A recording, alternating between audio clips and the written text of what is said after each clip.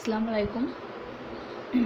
দেখো, আজকে আমরা যেটা পড়বো সেটা হচ্ছে যে দ্য ইউনিট অফ লাইফ, অর্থাৎ সেলের যে স্ট্রাকচার, প্লাজমোডেসমাটা। আমরা কি পড়ছিলাম আগের দিন? কোষ যে প্রাচীর যেটা এবং কোষ পর্দা, সেলের যে আবরক, সেটার মধ্যে আমরা পড়ছিলাম যে প্লাজমোডেসমাটা। প্লাজমোডেসমাটা কি? এটা একটা ইম্পর্টেন্ট কোশ্চেন। প্লাজমোডেসমাটা, ওকে। এখান থেকে এটা হচ্ছে তোমার 2 মার্কসের একটা কোশ্চেন আছে যে প্লাজমোডেসমাটা কি।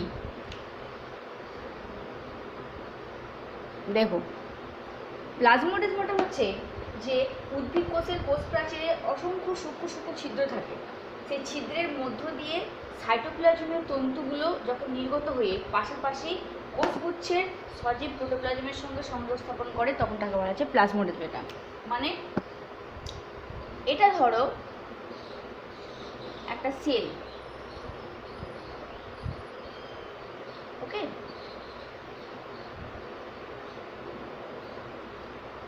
এটা একটা কোষ। এই কোষের একদম বাইরে এটা হচ্ছে কি, এখানে অবস্থিত। আগের দিন দেখিয়েছিলাম যে কোনটা কোন লেয়ার, ঠিক আছে? তো এই কোষের একদম বাইরের দিকে অবস্থিত হচ্ছে তোমার কি, কোষ প্রাচীর। কোষ প্রাচীর কি কি অংশ নিয়ে করতে বলেছিলাম? যে প্রাথমিক প্রাচীর, গৌণ প্রাচীর এবং প্লাজমা পর্দা। তাহলে এই কোষ প্রাচীরের হচ্ছে কি না, অসংখ্য সূক্ষ্ম ছিদ্র থাকে। এই ধরনের কিছু ছিদ্র দেখা যায়, এই যে এই ধরনের কিছু ছিদ্র, এই যে এই ছিদ্র, বোঝা গেছে? তাহলে উদ্ভিদ কোষের কোষ প্রাচীরের মধ্যে অসংখ্য, একটা দুটো নয়, অসংখ্য এরকম সূক্ষ্ম ছিদ্র, যে ছিদ্রের মধ্য দিয়ে এই উদ্ভিদ কোষের ভিতরে কি থাকে? উদ্ভিদ কোষের ভিতরে থাকে, আমরা বলেছিলাম সাইটোপ্লাজম, তাই না? কারণ সাইটোপ্লাজম, প্রোটোপ্লাজম, নিউক্লিয়াস, এগুলো তো মেন হচ্ছে তোমার বস্তু একটা সেলের মধ্যে। তো এই যে ভিতরে থাকা, সেলের মধ্যে থাকা যে সাইটোপ্লাজম,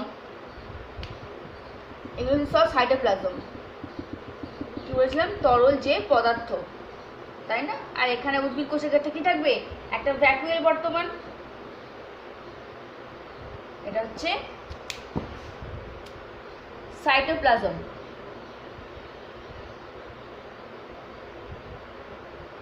ওকে। এটা ভ্যাকুয়াল।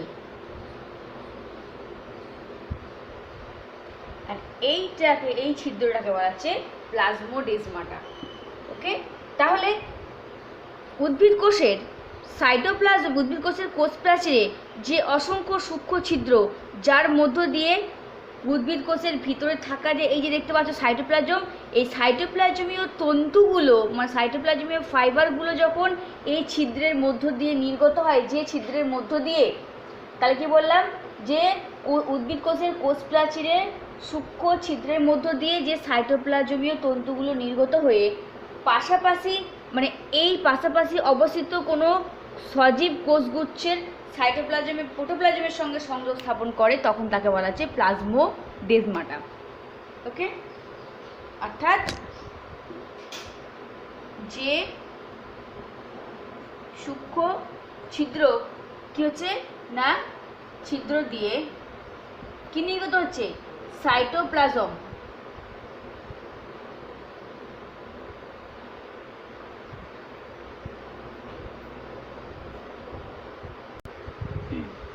তাহলে কি বললাম?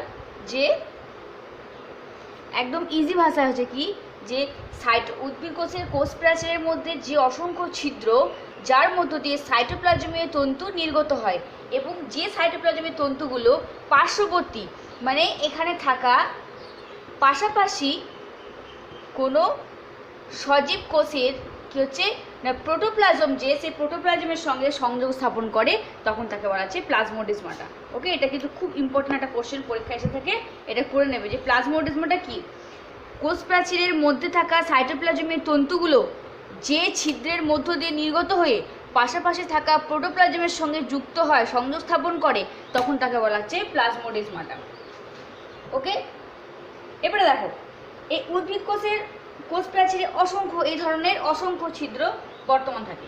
এই ছিদ্রগুলো দিয়ে পাশাপাশি কোষগুচ্ছের মধ্যে যে সাইটোপ্লাজম তার মধ্যে সংযোগ স্থাপন করে ওঠে।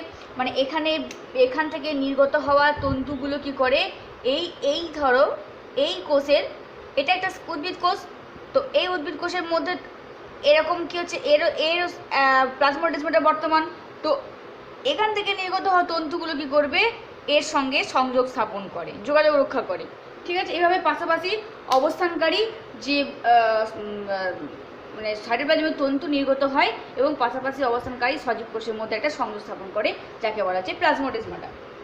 ঠিক আছে, এই সাইটোপ্লাজমের ছিদ্রগুলোকে প্লাজমোডেসমাটা বলা হয়। তাহলে এক কথায় সাইটোপ্লাজমের যে ছিদ্র তাকে বলা হচ্ছে প্লাজমোডেসমাটা। সাইটোপ্লাজমীয় ছিদ্রকে বলে প্লাজমোডেসমাটা। ওকে, এই প্লাজমোডেসমাটা অনেক সময় কি হয়, কিছু শাখাযুক্ত এবং শাখাবিহীন কিছু সূক্ষ্ম নলাকার অংশ নিয়ে গঠিত, যাকে বলা হচ্ছে ডেসমোটিবিউল। দেখো তাহলে এটা তো লিখবে, তার সম্পর্কে আর কি লিখবে, আর কিছু জিনিস লিখতে হবে, যে এই প্লাজমোডেসমাটা ডায়াগ্রামটা দেখো,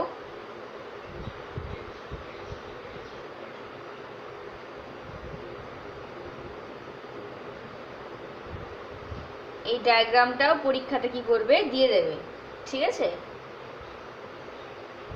প্লাজমোডেসমাটা আঁকার সঙ্গে সঙ্গে পারলে ডায়াগ্রামটাও দেবে।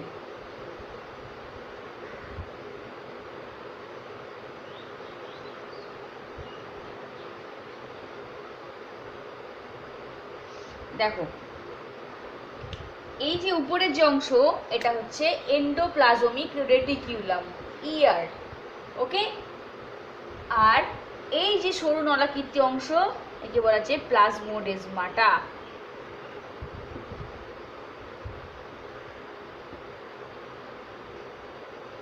ঠিক আছে, এটা হচ্ছে প্লাজমোডেসমাটা।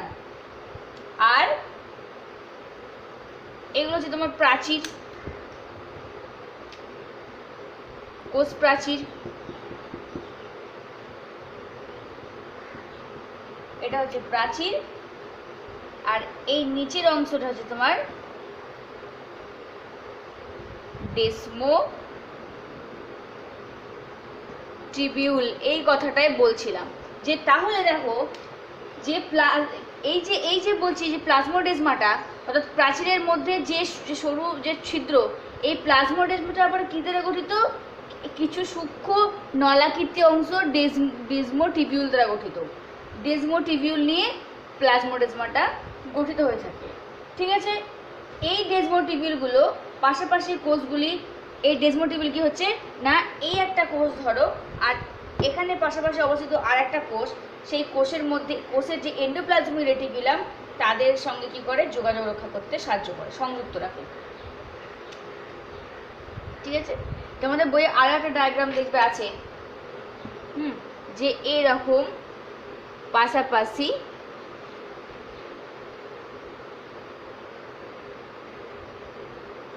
এরকম ভাবে পাশাপাশি অবস্থিত কি না, প্লাজমোডেসমাটা। তাহলে এই প্লাজমোডেসমাটা ডেসমোটিবিউল দ্বারা গঠিত। ডেসমোটিবিউল কি, একটা সূক্ষ্ম সরু নলাকার একটা অংশ, যে অংশটা কি করে না প্লাজমোডেসমাটার সঙ্গে মানে এন্ডোপ্লাজমিক রেটিকুলার সঙ্গে প্লাজমোডেসমাটাকে যুক্ত করতে সাহায্য করে। বুঝা গেছে? এই যে রেটিকুলাম, এই এন্ডোপ্লাজমিক রেটিকুলামের সঙ্গে প্লাজমোডেসমাটাকে যুক্ত প্লাজমোডিয়ামকে যুক্ত করে কে না ডেসমোটিবিউল। ঠিক আছে, এটা করবে। এখানে আরেকটা কোশ্চেন আছে, যে এই যে বললাম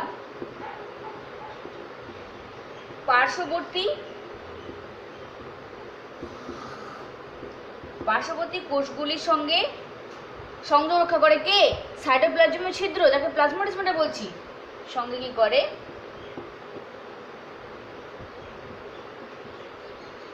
সংযোগ রক্ষাকারী সজীব প্লাজমোডেসমাটাকে বলা হয়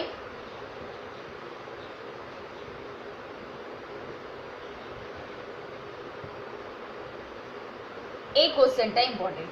সিমপ্লাস্ট, এটা একটা ইম্পর্টেন্ট কোশ্চেন। তাহলে হোয়াট ইজ সিমপ্লাস্ট? সিমপ্লাস্ট কি? পার্শ্ববর্তী কোষগুলোর সঙ্গে সংযোগ স্থাপনকারী। এই যে বললাম যে এই প্লাজমোডেজমাটা যখন সাইটোপ্লাজমের ছিদ্রটা থেকে নির্গত তন্তুগুলো পাশাপাশি অবস্থিত একটা সজীব কোষের প্রোটোপ্লাজমের সঙ্গে যখন যোগাযোগ রক্ষা করছে, তখন সেটাকে বলা আছে কি না প্লাজমোডেজমাটা। তো এই পার্শ্ববর্তী কোষগুলির সঙ্গে সংযোগ রক্ষাকারী সজীব প্লাজমোডেজমাটাকে কী বলা আছে? সিমপ্লাস্ট। এই কোশ্চেনটা মাথায় রাখবে, ঠিক আছে? কাজের পয়েন্টগুলো বলছি, নোট করে নেবে। এক হচ্ছে যে প্লাজমোডেজমাটার মানে কাছাকাছি অবস্থিত কোষগুলির মধ্যে সাইটোপ্লাজমের সংযোগ স্থাপন করে কোষের দৃঢ়তা বৃদ্ধি করে। তাহলে আমরা বলতে পারি যে পাশাপাশি অবস্থিত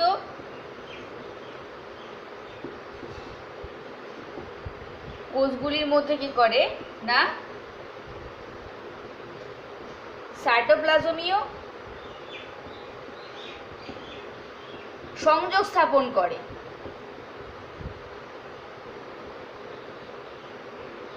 ওকে, তারপরে কি হয়? কোষটি দৃঢ় থাকে। কোষগুচ্ছের দৃঢ়তা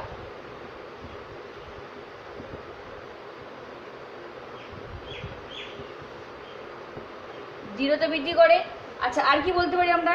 যে প্লাজমোডেজমাটার মাধ্যমে এক কোষ থেকে পাশাপাশি কোষের খাদ্যবস্তু, জল, হরমোন, রাসায়নিক পদার্থ পরিবাহিত হয়। এগুলো লিখে নেবে যে একটা কোষ থেকে পরবর্তী কোষে জল, হরমোন এবং রাসায়নিক বস্তু কি হচ্ছে? পরিবাহিত হয় এই ইয়ের মাধ্যমে, ছিদ্রের মাধ্যমে, তাই না?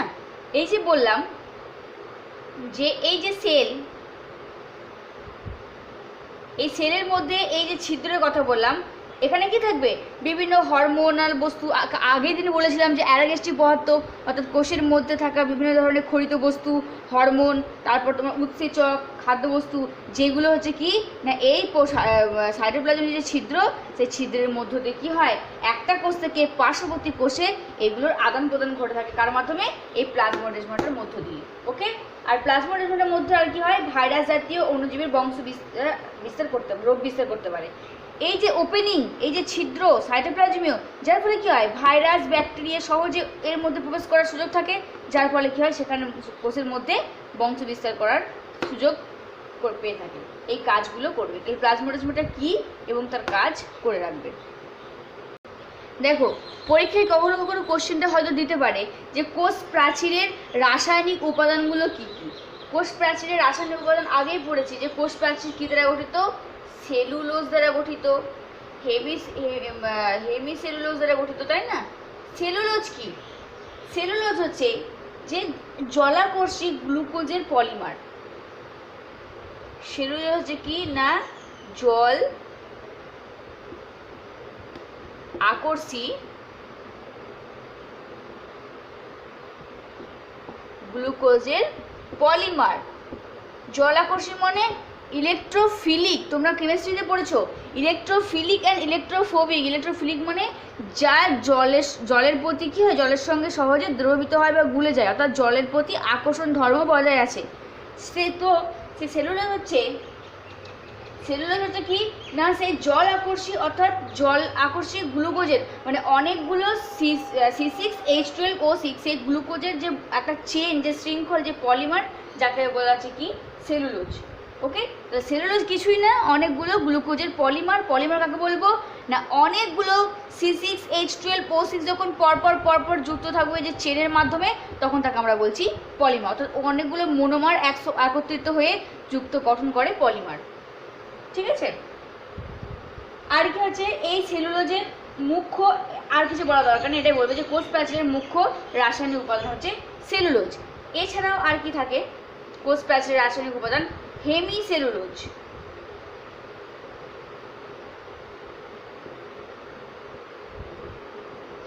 হেমি সেলুলোজ কি? এটা হচ্ছে হেটারোজিনাস পলিস্যাকারাইড। এটা মুখস্থ করবে, এখানে বোঝার কিছু নেই। এটা হচ্ছে হেটারোজিনাস পলিস্যাকারাইড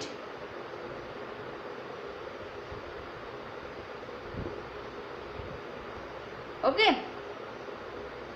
যার একটা সিম্পল একটা চেন, সরল চেন হচ্ছে তোমার, চেনটা কিসের না গ্লুকোজ। তাহলে হেমিসেলুলোজ হেটেরোজেনাস, হেটেরোজেনাস মানে যার সঙ্গে কোনো মিল নেই, হোমোজেনাস মানে যে শৃঙ্খল বা যে পলিস্যাকারাইডের মধ্যে কিছু মিল সিমিলারিটি পাওয়া যায়। হেটেরোজেনাস পলিস্যাকারাইড যার সরল চেন গ্লুকোজ। গ্লুকোজের যে একটা সিম্পল একটা চেন পলিস্যাকারাইডের হেটেরোজেনাস, যেটা তোমার হেমিসেলুলোজ। অর্থাৎ এক কথায় বলবে যে হেমিসেলুলোজ সেলুলোজ হচ্ছে কোষ প্রাচীরের রাসায়নিক উপাদান, খুব বেশি বলার দরকার নেই। এছাড়া আর কি থাকে, এই যে পলিস্যাকারাইড বা বহু শর্করা, এই বহু শর্করা কি থাকে গ্লুকোজ, গ্যালাক্টোজ, ম্যানোজ ইত্যাদি জাতীয় কিছু শর্করা এই হেমিসেলুলোজে যুক্ত থাকে। আর কোষ প্রাচীরের উপাদান হিসেবে কি থাকে পেকটিন, পেকটিন থাকে, এটাও বলা হয়েছিল তাই না। পেকটিন কি, এই পেকটিন হচ্ছে, পেকটিনটা কি, পেকটিন হচ্ছে গ্লুকুরোনিক অ্যাসিড, ঠিক আছে, আর কি না গ্যালাক্টুরোনিক অ্যাসিড এবং র্যামনোজ শর্করা দিয়ে গঠিত হচ্ছে এই পেকটিন। তাহলে পেকটিন কী কী নিয়ে গঠিত, এই তিনটি জিনিস নিয়ে গঠিত হচ্ছে পেকটিন। এখানে বেশি কিছু বলার দরকার নেই, ঠিক আছে। দেখো কোষ প্রাচীরে আর কি উপাদান থাকে বর্তমান রাসায়নিক উপাদান, এক্সটেনসিস, এক্সটেনসিন, এটা এক্সটেনসিন হবে। এক্সটেনসিনটা কি না এক ধরনের গ্লাইকোপ্রোটিন দ্বারা গঠিত। তো অ্যামাইনো অ্যাসিডের ভিত্তিতে, অ্যামাইনো অ্যাসিডের কতটা পরিমাণ বর্তমান আছে তার উপর ভিত্তি করে এই গ্লাইকোপ্রোটিনকে কোষ প্রাচীরে উপস্থিত প্রোটিন 4 ধরনের, ঠিক আছে। কোষ প্রাচীরে 4 ধরনের প্রোটিন বর্তমান থাকে, কার উপর ভিত্তি করে অ্যামাইনো অ্যাসিড। অ্যামাইনো অ্যাসিড হচ্ছে তোমার প্রোটিনের সরলতম রূপ।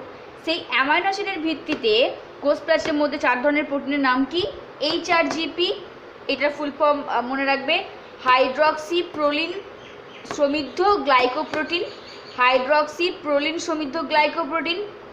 আচ্ছা, AGP arabino galactan protein, arabino galactan protein, GRP glycine সমৃদ্ধ প্রোটিন, আর PRP প্রোলিন সমৃদ্ধ প্রোটিন। এই নামগুলো মনে রাখবে, ওকে। আচ্ছা, এছাড়াও আর কি কোষ প্রাচীরে রাসায়নিক উপাদান বর্তমান থাকে, গামা মিউসিলেজ, গামা থাকে ও মিউসিলেজ থাকে, যা হচ্ছে তোমার কোষ প্রাচীরের ফল এবং বীজের ক্ষেত্রে দেখা যায়। লিগনিন বর্তমান থাকে, কিছু খনিজ পদার্থ, এবং আগের দিন বলেছিলাম যে উদ্ভিদের যে ছাড়ের ক্ষেত্রে কিউটিন থাকে, সেই মোম জাতীয় পদার্থ, সেই কিউটিন বা মোম জাতীয় পদার্থ রাসায়নিক উপাদান হিসেবে বর্তমান থাকে, এবং কিছু উৎসেচক বর্তমান থাকে। তাহলে পরীক্ষায় যদি আসে 2 নম্বরের, তাহলে ব্যাখ্যা করার দরকার নেই, তখন শুধু নামগুলো লিখবে, সেলুলোজ, হেমিসেলুলোজ, পেকটিন, এক্সটেনসিন, গামা মিউসিলেজ, লিগনিন, খনিজ পদার্থ, কিউটিন, মোম জাতীয় পদার্থ এবং উৎসেচক বর্তমান থাকে। এর ভিতরের এই কম্পোনেন্টগুলো খুব বেশি পড়া দরকার নেই, এই 4টে শুধু মনে রেখো তাহলেই হবে। বই অনেক কিছু আছে, ওগুলো অত পড়ার দরকার নেই। দেখো এবারে এই যে কোষ প্রাচীর বলছি, সেই কোষ প্রাচীরে যদি আমরা একটু রাসায়নিক দিক থেকে গঠনটা দেখি, তাহলে এই যে উপাদান বললাম, প্রথম উপাদান কি বললাম, সেলুলোজ, তাই না। সেলুলোজ মানে কি বললাম, যে অনেকগুলো গ্লুকোজের মানে পলিমার, অর্থাৎ অনেকগুলো C6H12O6 একত্রিত হয়ে যুক্ত হয়ে তৈরি হয়েছে সেলুলোজ, যে সেলুলোজ হচ্ছে কোষ প্রাচীরের প্রধান রাসায়নিক উপাদান। তো ধরে নাও এখানে আমি একটা ডায়াগ্রাম দেখাচ্ছি, যে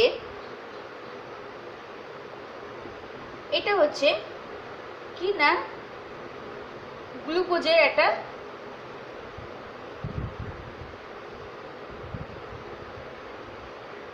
অর্থাৎ এটা হচ্ছে তোমার গ্লুকোজের পলিমার, অর্থাৎ পরপর অবস্থিত গ্লুকোজ, সেই গ্লুকোজের পলিমার, যে পলিমারগুলো একত্রিত হয়ে কি গঠন করে জানো,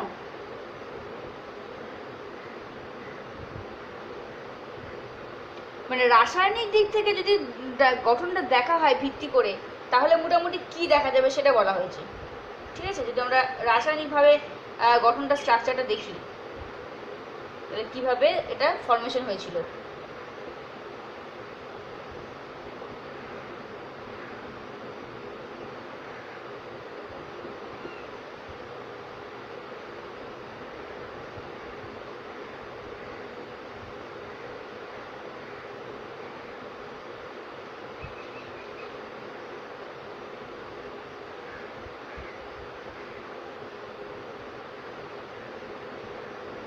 দেখো কি হয় না, অনেকগুলো গ্লুকোজের পলিমার, গ্লুকোজ শৃঙ্খল, এটা হচ্ছে কি যে অনেকগুলো গ্লুকোজের চেন, এই যে এগুলো গ্লুকোজের চেন, অনেকগুলো গ্লুকোজের চেন একত্রিত হয়ে কি গঠন করেছিল জানো? প্রথম হচ্ছে যে কোষ প্রাচীরের, আমি রাসায়নিক বা পর্ণ গঠন পড়ার সময় বলবো যে কোষ প্রাচীরের মুখ্য উপাদান হিসেবে আমরা জানি সেলুলোজ। সেলুলোজ মানে হচ্ছে অনেকগুলো গ্লুকোজের পলিমার। তো সেই গ্লুকোজ সেলুলোজ হচ্ছে কি না 100 থেকে 170টি, পরবর্তীকালে 100 মানে এইরকম 100 থেকে 170টি গ্লুকোজের চেন পরপর পরপর অবস্থিত হয়ে 170টি গ্লুকোজের চেন পাশাপাশি অবস্থান করে কি গঠন করেছে? মাইসেলি। এটা তো আর 170টা চেন দেখানো সম্ভব নয়, তাকে ডায়াগ্রামের দিক থেকে এভাবে কি করে দেখানো হয়েছে, এইভাবে দেখানো হয়েছে। এই যে আঁকা হচ্ছে, এগুলো হচ্ছে কি গ্লুকোজের চেন, এটাকে বলা হচ্ছে মাইসেলি।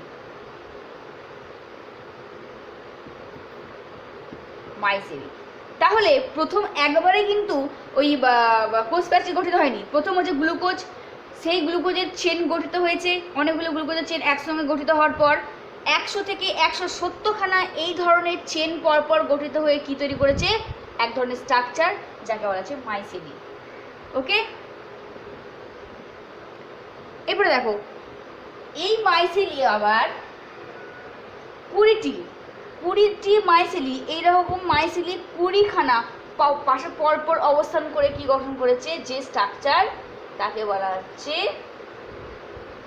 মাইক্রোফাইব্রিল। ওকে, তাহলে মাইসেলি কি না 100 থেকে 170টি গ্লুকোজের চেন নিয়ে গঠিত যে ধরনের স্ট্রাকচার, তাকে মাইসেলি। আর 20টি মাইসেলি সমান্তরালভাবে অবস্থান করেছে, 20টি মাইসেলি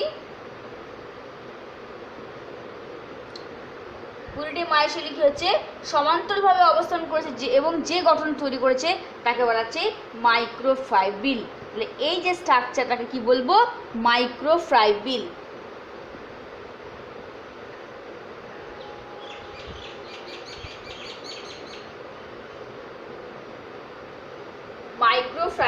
এবারে দেখো মাইক্রোফাইব্রিল, এইটা হচ্ছে কি মাইক্রো মানে ছোট, মানে তখনও কি হচ্ছে পুরোপুরিভাবে স্ট্রাকচারটা দৃঢ় আকার নেয়নি, বুঝে গেছে?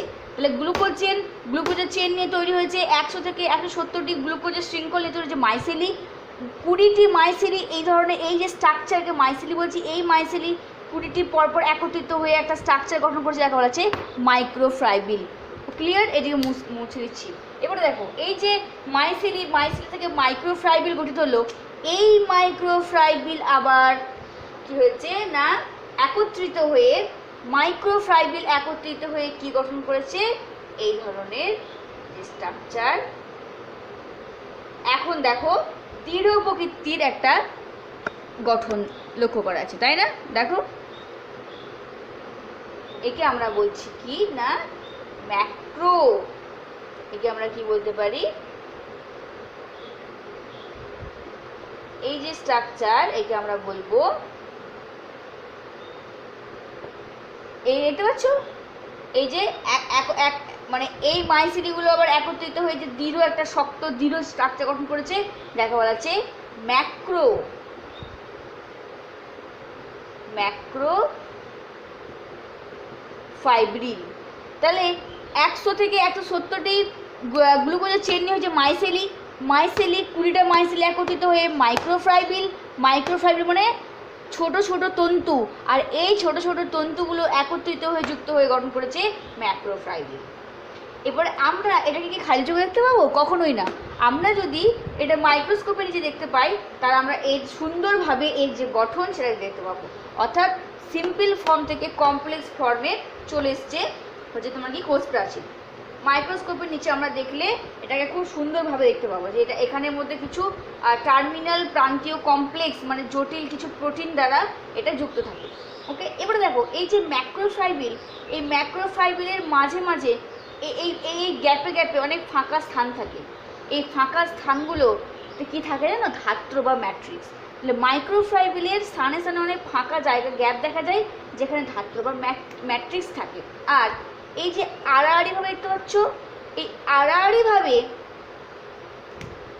কিছু ফাঁক থেকে যায় মানে এই ম্যাক্রোফাইবিলগুলির মধ্যে। এই ফাঁকের মধ্যে কি থাকে? জাইলো। এই ফাঁকের মধ্যে থাকে জাইলো গ্লুকান থাকে। জাইলোগ্লুকান হচ্ছে কি? এক ধরনের হেমিসেলুলোজ, যে কি করে এই যে আড়াআড়িভাবে অবস্থিত যে ম্যাক্রোফাইবিলের ফাঁক গ্যাপ, সেই গ্যাপগুলোকে কি করে না এদেরকে দৃঢ়তা বাড়িয়ে দেয়, মানে শক্তভাবে ধরে রাখতে সাহায্য করে। ঠিক আছে? এছাড়াও কি থাকে না এই কোষ প্রাচীরের মধ্যে আমরা যদি দেখি হেমিসেলুলোজ দেখতে পাবো, এক্সটেনসিন নামক প্রোটিন বর্তমান থাকবে, এখানে পেকটিন বর্তমান ইত্যাদি নিয়ে গঠিত হচ্ছে এই স্ট্রাকচার। তাহলে পরীক্ষা এলে এই ড্রটা করে দেওয়ার পর ব্যাখ্যাটা করে দিও যে 20 থেকে 100 থেকে 170টি মাইসিলিগুলোকে একত্রিত হয়ে সমান্তরালভাবে বর্তমান করে মাইক্রোফাইবিল, সেই মাইক্রোফাইবিলগুলো পাশাপাশিভাবে অবস্থান করে ম্যাক্রোফাইবিল গঠিত হয়। যে ম্যাক্রোফাইবিল হচ্ছে তোমার কি মাইক্রোস্কোপের নিচে দেখলে একটা জটিল গঠন লক্ষ্য করা যায় এবং সেটা অনেক প্রোটিন দ্বারা সমৃদ্ধ। যে প্রোটিনগুলো হচ্ছে কি না ম্যাক্রোফাইবিলের মধ্যে যে কিছু গ্যাপ দেখা যায় সেখানে ধাত্র বা ম্যাট্রিক্স থাকে। আচ্ছা, ম্যাট্রিক্স নামে পরিচিত এবং আড়াআড়িভাবে অবস্থিত যে গ্যাপ ফাঁক সেগুলো হচ্ছে তুমি কি না জাইলোগ্লুকান নামক হেমিসেলুলোজ কী করে সেই গ্যাপগুলোর সঙ্গে দৃঢ়তা বজায় রাখে। এছাড়াও এখানকার আদার্স যে কোষ প্রাচীরের উপাদান যেমন এক্সটেনসিন, তারপর লিগনিন, হ্যাঁ পেকটিন, এইগুলো কী হয়েছে থাকে সবই বর্তমান। ওকে, এটা পরাণু গঠন অব দ্য কোষ প্রাচীর। কোষ প্রাচীরের স্থূলীকরণ মানে মোটা, অর্থাৎ এই যে বললাম যে কোষ প্রাচীরের মুখ্য কি মানে উপাদান এবং কোষ প্রাচীর কী কী অংশ নিয়ে গঠিত? প্রাথমিক প্রাচীর, গৌণ প্রাচীর, প্রগৌণ প্রাচীর বলেছি, তাই না? তো সেই গৌণ প্রাচীরের সেলুলোজ, কোষ প্রাচীর কী কী উপাদানে গঠিত এগুলো আয়ত্ত করতে হবে। যে কোষ প্রাচীর হচ্ছে সেলুলোজ, হেমিসেলুলোজ, পেকটিন, এক্সটেনসিন, তারপর তারপর খনিজ পদার্থ, মিউসিলেজ, এগুলো মুখস্থ রাখতে হবে যে এই উপাদান নিয়ে গঠিত হচ্ছে কোষ প্রাচীর। তো সেই কোষ প্রাচীরের যে গৌণ প্রাচীর, সেই গৌণ প্রাচীরটা হচ্ছে তোমার সেলুলোজ, লিগনিন, পেকটিন ইত্যাদি জমা হয়ে কোষ প্রাচীরটা কী হয় আস্তে আস্তে স্থূল বা মোটা হয়ে যায়। আগের দিন দেখিয়েছিলাম যে গৌণ প্রাচীর কোনটা? আগের দিন দেখিয়েছিলাম যে এটা ধরো আমরা একটা সেলকে দেখাচ্ছি, ওকে? তাহলে এটা ধরো সেলের হচ্ছে তোমার প্রাথমিক প্রাচীর, এটা সেলের হচ্ছে প্রাথমিক প্রাচীর, মানে প্রাথমিক ওয়াল যেটা বলছি। তারপরে যে স্তর তাকে আমরা কি বলবো? গৌণ প্রাচীর, তাই না? একদম ভিতরের স্তরটা কি বলবো? অন্তঃস্তর। অন্তঃস্তরের তারপরে যে মধ্যস্তর, তারপর বাইরের স্তর ইত্যাদি স্তরে, এগুলো আমরা মাইক্রোস্কোপ বা অনুবীক্ষণ যন্ত্রের সাহায্যে দেখলে আমরা সুন্দরভাবে পরপর যে গঠন সেটা লক্ষ্য করতে পারবো। আমরা এখন মুখে বলছি, এটা যদি মাইক্রোস্কোপ দেখা যায় তাহলে সেটা আমাদের কাছে প্র্যাকটিক্যালি ক্লিয়ার। তাহলে এই যে দেখো গৌণ প্রাচীরের কথা বলছি, এই গৌণ প্রাচীরের মধ্যে যদি কোন কোন উপাদান থাকে বললাম যে সেলুলোজ,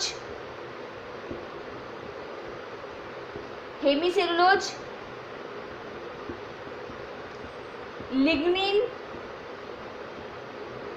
পেকটিন, এই যে উপাদান এইগুলো যদি এই গৌণ প্রাচীরের মধ্যে জমা হয় তখন কোষ প্রাচীরটা কি হয় আস্তে আস্তে মোটা হতে শুরু করে। বোঝা যাচ্ছে? তাহলে কোষ প্রাচীর ধীরে ধীরে মোটা হয় কী কারণের জন্য? এই উপাদানগুলো এই গৌণ প্রাচীরের মধ্যে এই অঞ্চলটাতে জমা হওয়ার জন্য কোষ প্রাচীর ধীরে ধীরে মোটা হতে থাকে। বিভিন্ন আকারে শেপ নেয়, কেমন না কোনো কোনো ক্ষেত্রে কোষ প্রাচীর দেখা যাবে যে এই ধরনের মানে বলয়ের মতো আকার ধারণ করেছে, এই ধরনের মানে গোল গোল রিংয়ের মতো আকার ধারণ করে কোষ প্রাচীর, ঠিক আছে? আবার কোনো কোনো ক্ষেত্রে দেখা যাবে যে এই কোষ প্রাচীর সর্পিল আকার এই ধরনের স্ট্রাকচার গঠন করেছে ইত্যাদি। অর্থাৎ বিভিন্ন রকমের আকার নিয়ে থাকে, কার উপর ভিত্তি করে? গৌণ কোষ প্রাচীরের সেলুলোজ, পেকটিন, লিগনিন এই উপাদানগুলো জমার উপর নির্ভর করে থাকে যে সেই কোষ প্রাচীরের শেপটা কীরকম হয়ে থাকে। ওকে, দেখো আরেকটা গঠন আছে যে কোষ প্রাচীরের গঠনের মধ্যে কূপ, একটা গঠন হচ্ছে কি না কূপ বা একে বলা হয় পিট। কূপ বা পিট। কূপ বা পিট কি দেখো, উদ্ভিদ কোষের কোষ প্রাচীর যে গৌণ, আমি বললাম একটু আগেই দেখালাম যে গৌণ প্রাচীর যেখানের মধ্যে সেলুলোজ, হেমিসেলুলোজ, লিগনিন, পেকটিন জমা হওয়ার ফলে মোটা হয় কোষ প্রাচীর। তো সেই গৌণ প্রাচীরের যদি সেই উপাদানগুলো না জমা হয়, অর্থাৎ গৌণ প্রাচীরের যে অংশ স্থূলীকরণ বা মোটা হয় না, সেখানে কিছু এই ধরনের গর্ত বা খাদের মতো অংশ দেখা যায়, যাকে বলা যায় কূপ বা পিট। তাহলে কূপ বা পিট কি না উদ্ভিদ কোষের কোষ প্রাচীরের উদ্ভিদ কোষের গৌণ কোষ প্রাচীরের যে অংশের মধ্যে স্থূলীকরণ বা মোটা ঘটে দেখা যায় না বা স্থূলীকরণ ঘটে না, সেখানে কি হয় একটা গর্তের মতো অংশ দেখা যায়, যাকে বলা হচ্ছে কূপ। ওকে, তো এই কূপগুলো কি হচ্ছে দুটি কোষ প্রাচীরের মধ্যে জোড়ায় জোড়ায় অবস্থান করে। দুটি কোষ প্রাচীর মানে দেখো, এই একদম যে এটা বাইরে হচ্ছে তোমার কি গৌণ প্রাচীর, আর এটা একদম ভিতরে হচ্ছে তোমার প্রাথমিক প্রাচীর। প্রাথমিক প্রাচীর, এটা হচ্ছে গৌণ প্রাচীর। তো এই যে দুটি কোষ প্রাচীরের মধ্যবর্তী স্থানে দেখতে পাচ্ছ, দুটি কোষ প্রাচীরের মধ্যবর্তী স্থানে যে গ্যাপ, যে খাঁজ লক্ষ্য করা গেছে, জোড়ায় জোড়ায় অবস্থান করে, এদিকে একটা এদিকে একটা এদিকে একটা এদিকে একটা, তখন তাকে বলা হচ্ছে কূপ। এই গ্যাপটা কেন তৈরি হচ্ছে কি বললাম, কারণ এই যে অঞ্চলের মধ্যে ওই যে জিনিসগুলো সেলুলোজ, পেকটিন, লিগনিন সেগুলো জমা হয় না, জমা না হওয়ার জন্য এখানে খাঁজ বা গ্যাপটা থেকে যায়। ঠিক আছে, প্রতিটি কূপ, এটাকে আমি যদি তুলে দেখানো হয় তাহলে সেটা কেমন দেখতে হবে, এইরকম স্ট্রাকচার। সেই কূপের বাইরের দিকে হচ্ছে তোমার কূপ পর্দা, একটা পর্দা বর্তমান থাকে, ভিতরের অংশ হচ্ছে তোমার পিঠ বা কূপ বা চেম্বার বলা হয়। ঠিক আছে, আর এই যে কূপের যে ওপেনিং ছিদ্র, তাকে কূপ ছিদ্র বলা হচ্ছে। কূপের যে ভিতরের অর্থাৎ এই খাঁজের ভিতরের অংশটাকে বলা হচ্ছে কূপ গহ্বর বা কূপ ক্যাভিটি, আর বাইরের যে প্রাচীর এই কূপ বা খাঁজের তাকে বলা হচ্ছে কূপ পর্দা। ওকে, এইটুকু করলেই হবে। এরপরে তো কোষ প্রাচীরের কাজটা করে রাখবে। ঠিক আছে, পরীক্ষা এটা আবার দিতে পারে যে কোষ প্রাচীরের কাজ। কোষ প্রাচীরের কাজ কি বলবে, মুখে বলছে লিখে নেবে। কোষ প্রাচীরের 1 নম্বর কাজ হচ্ছে যে কোষের প্রোটোপ্লাজম এবং প্লাজমা পর্দাকে বাইরের আঘাত থেকে রক্ষা করা। কোষ প্রাচীরের কাজগুলো কি কি, পরীক্ষাটা হয়তো 1-2 মার্কসে দিয়ে দিল, করে রাখবে। কোষের প্রোটোপ্লাজম এবং প্লাজমা পর্দাকে বাইরের আঘাত থেকে রক্ষা করা অবশ্যই। কোষ প্রাচীর কোষকে যান্ত্রিক শক্তি প্রদান করে, কোষের নির্দিষ্ট আকৃতি প্রদান করে। এই যে বললাম যে সেলের যে মেটেরিয়ালসগুলো, মানে কোষ প্রাচীর বাইরের ওয়াল যেটা, সেটা যেমন শেপ নেবে কোষটা ঠিক সেরকম আকার ধারণ করবে। অর্থাৎ বাইরের কোষ প্রাচীর যদি গোলাকার শেপ নেয় তাহলে সেলটাও গোলাকার হবে। কোষ প্রাচীর যদি ডাম্বেল আকৃতি ধারণ করে তাহলে সেল ডাম্বেল আকৃতি হবে। কোষ প্রাচীর যদি দণ্ডাকার লম্বা আকার নেয় তাহলে কোষটার আকার কী হবে, লম্বা। কোষের নির্দিষ্ট আকৃতি প্রদান করা, পাশাপাশি অবস্থিত কোষের মধ্যে জল এবং খনিজ লবণ সরবরাহ করা, প্লাজমোডেসমাটার দ্বারা কোষের মধ্যে সংযোগ স্থাপন। এছাড়া হচ্ছে কি না কোষ প্রাচীর উদ্ভিদ দেহে রোগ জীবাণু অনুপ্রবেশে বাধা সৃষ্টি করে, মানে বাধা প্রদান করে কোষ প্রাচীরের মধ্য দিয়ে। ঠিক আছে, এই কাজগুলো করে রাখবেন।